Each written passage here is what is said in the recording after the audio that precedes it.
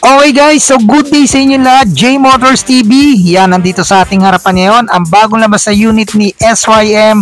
Walang iba kundi ang Cruisim 150 GT. So, naka-liquid cool tayo dyan. Single cylinder, 4-stroke, 4-valve, bore stroke, 57.4 by 57.8 mm. May max power tayo rito na 10.5 kilowatts at 8,500 RPM.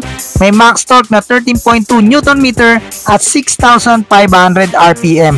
So naka-FI tayo dyan guys, naka-ABS, naka-TCS. Yun yung kanyang dry weight, 145 kg. Yung kanya namang wheelbase, 1375 mm at may fuel tank capacity na 12 liters.